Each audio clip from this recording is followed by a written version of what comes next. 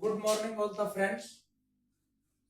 आज का जो हमारा क्वेश्चन है दोस्तों वो ये दे रखा है, तीन संख्याओं का योग 64 है, 64 है। Sum of the three numbers is 64। पहली और दूसरी संख्या का अनुपात, first and second ratio of the first and second number is 3:5। और एक दूसरा दे रखा है, तथा दूसरी और तीसरी संख्या का अनुपात 5:8 है। तो अपन इसे पूछ रहा है कि दूसरी संख्या क्या थी।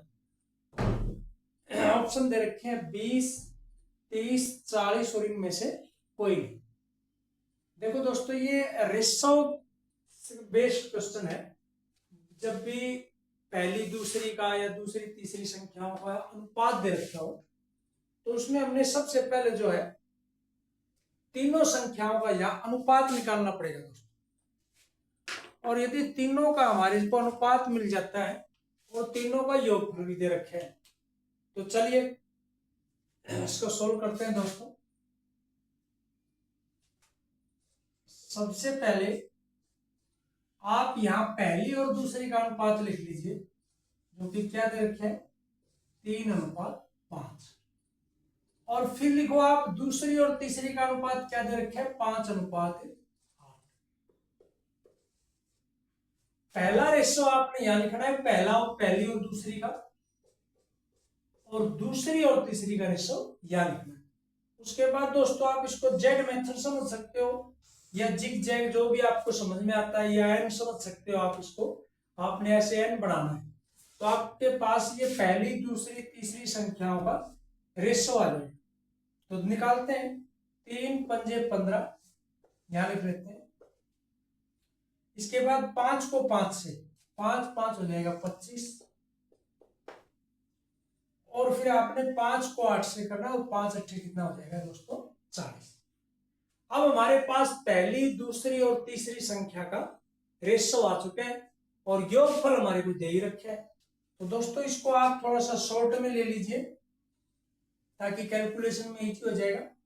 हम इसको 5 से कैंसिल आउट करेंगे, 5 3 15, 5 5 25 और 5 8 40। तो इसका यह मतलब होगा तीन संख्याओं का रेशो या तीन संख्याओं का अनुपात आ गया शॉर्ट फॉर्म में। और योगफल आपको दे ही रखा है। तो योगफल दे रखा है तो हम यहाँ तीनों का जोड़ देख लेंगे, क्योंकि योगफल दे रखा है।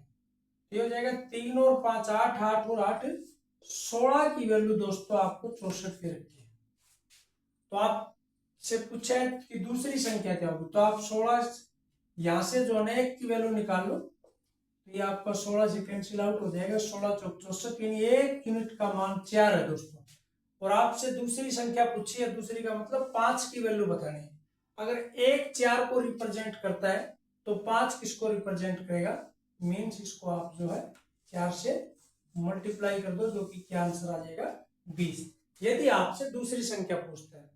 और यदि आपसे पहली संख्या पूछता है तो आप जो है ना 1 की वैल्यू 4 दे रखी है दोस्तों, तो 3 की वैल्यू मतलब आपको 4 से यहां भी मल्टीप्लाई करना है। तो पहली संख्या अगर पूछता है तो 12, दूसरी पूछता है तो 20, और यदि तीसरी पूछता है तो इसको भी हम 4 से मल्टीप्लाई करते हैं तो क्या आ जाएगा 32।